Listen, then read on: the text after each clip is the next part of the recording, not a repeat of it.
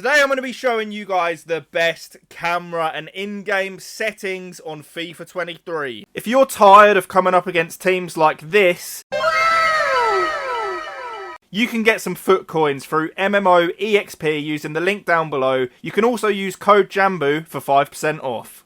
So a lot of people ask me for my settings. You know, I'm going to show you guys a little example of what my gameplay, looks like in terms of the camera angle. I get a lot of people ask about it. I'm going to be showing you all of that, and also the in-game settings, because you can be as good at FIFA, as you want, but if you've got your settings muddled up, then you're putting yourself at a disadvantage unnecessarily. So I'm going to be going into everything, helping make sure that you guys are getting the most out of your gameplay. If you could do me a massive favour and hit that like button, it would be appreciated. And also, please do subscribe, because every single one of you that subscribes gets me one tiny step closer to 100k. And that is my all-time goal, man. I'll keep it real with you guys. I want that 100k sub plaque. That is the goal. So do me a favour, help me out. But let's get into the video. Okay, so the first thing I'm going to do is pop up a tiny little video now, like 10 seconds of my gameplay, just so you can see what my camera actually looks like.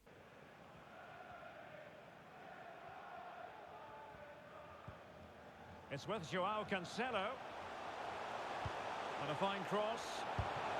So if you do like the look of that, this is what we're going to be going with. So I do use telly at the moment. You can switch between this and telly broadcast. Basically, the way I see it is with telly, the camera sort of stays in one motion, whereas with telly broadcast, it sort of moves around a little bit more, literally as if you're watching a broadcast on TV. It is in the name. But anyway, hopefully that makes sense. So, telly, whatever you do, do not use the EA Sports Game Cam. It's probably the worst camera I think I've seen in my whole life. But anyway, custom settings, I have 20 on the height and 0 on the zoom.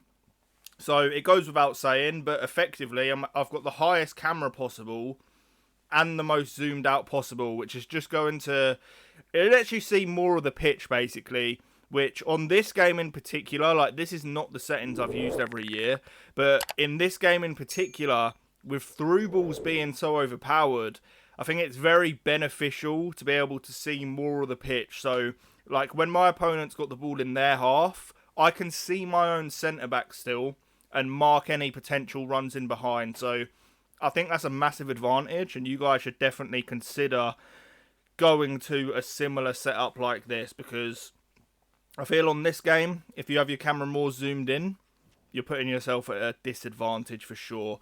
We'll go on to the controls now. So first of all, not that this actually matters, but some of you just may be interested, I actually play alternate controls, and this is from about 15 years ago. I'm sure some of you will be in the same boat. Please let me know if you are, because I'll be interested to know. Basically, I got this from PES. So these are the PES controls, where you use square to shoot and circle to cross instead of the other way round. So I'm sure there'll be a couple of you that are on the same. Do let me know if you are.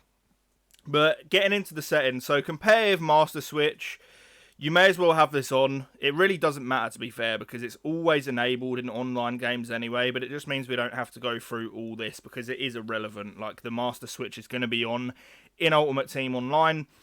Through pass assistance, you want this on semi, in my opinion. Might have been a little bit different when the, through balls were a bit more crazy. You could do some really weird stuff, but I think semi is definitely the way to go.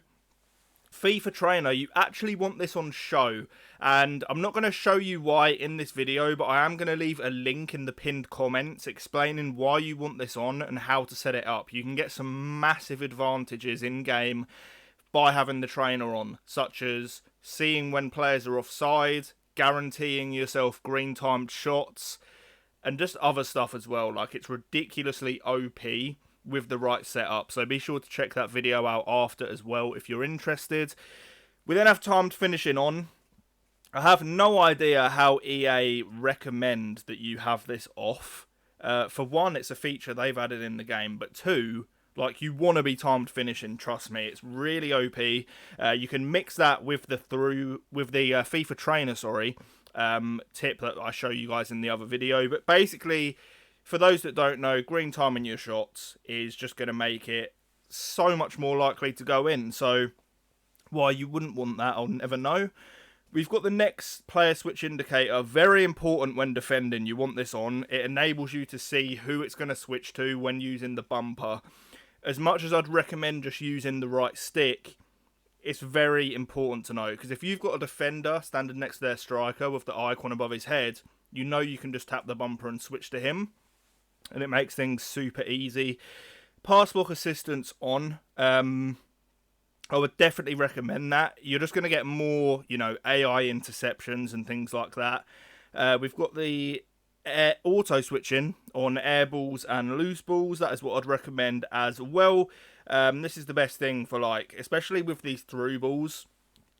Having the auto switch, there's no harm in that at all. But you also don't want it auto switching all the time, like on automatic, because with that, it just gets a little bit weird. It's too much. You want to be able to be in control. And I think the only time you really need it is for the crosses and loose balls and stuff. So that's what I'd recommend there. Auto switching move assistance. I have mine on none, but you can have it on low if you feel more comfortable. The one you definitely don't want it on is high for sure. We then go directional on the clearance assistance.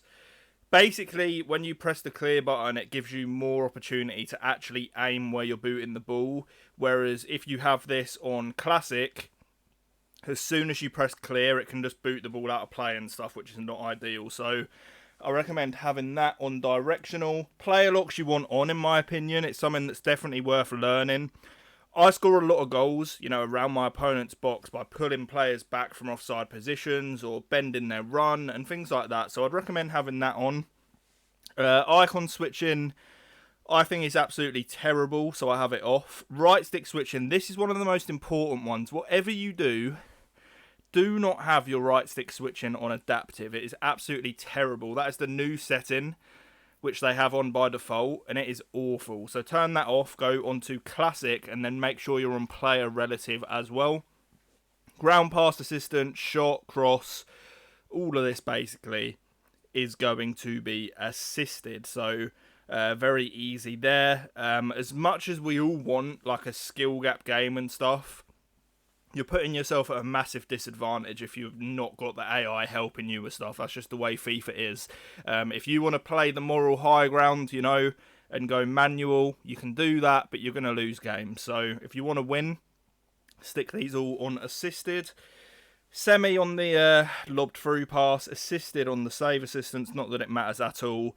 Analog sprint off. You want the pass receiver on late, in my opinion. Basically what this does, so say you power up a pass, but it's a little bit delayed, and then by the time you're going to make the pass, the option's marked. You can change it at the very last second. So I think that's important as well.